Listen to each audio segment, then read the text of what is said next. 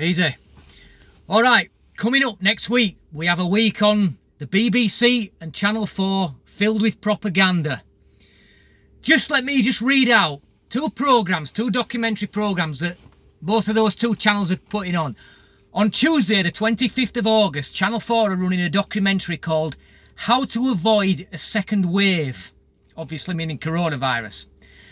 One-off documentary in which two doctors, I won't waste time trying to pronounce the names, examines the likelihood of a second wave of COVID-19 in the UK in the light of rising infection rates, local lockdowns and, most importantly, the return of children to schools. Now, call me cynical, which I am by the way, that seems to me to be a scare tactic directed at parents in order to frighten them into sending the children back to school because they may pick up coronavirus and spread them throughout families.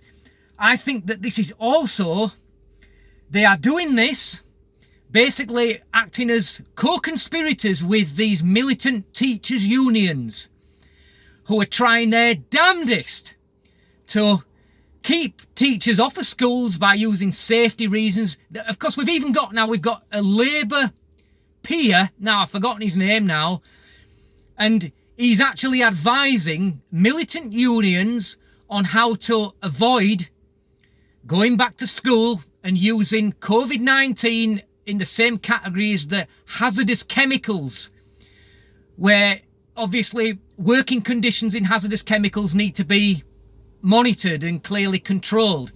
And we've got a guy here in the Labour Party, a Labour peer who is doing that, advising them how to keep teachers off schools in order to cause maximum disruption for kids and parents. And Channel 4 there are in cahoots with them with that documentary, right?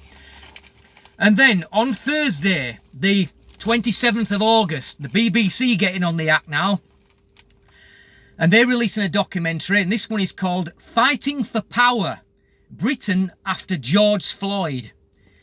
One-off documentary in which Daniel Henry follows the Black Lives Matter campaign in the UK as the country looks again at its record on race in the wake of the death of George Floyd in the US.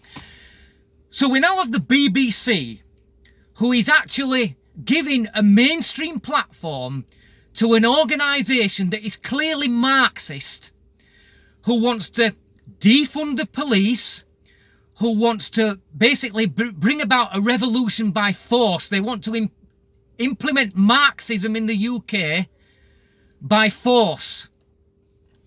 And the BBC are giving that organisation a platform. Of course, they're going to say, well, Black Lives Matter, it's just a phrase, it's just a statement, which I'm sure most right-thinking people will agree with. But I wonder if the BBC here have actually looked at the website of Black Lives Matter and seen exactly what their list of demands are.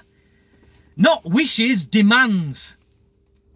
I'm not going to watch these, by the way. I don't want to give them a platform. I don't even want to give them one extra single flipping view count. But propaganda there by both obviously biased left-wing channels. Something for you to look forward to there, I'm sure. Thanks for watching. Till next time. Easy.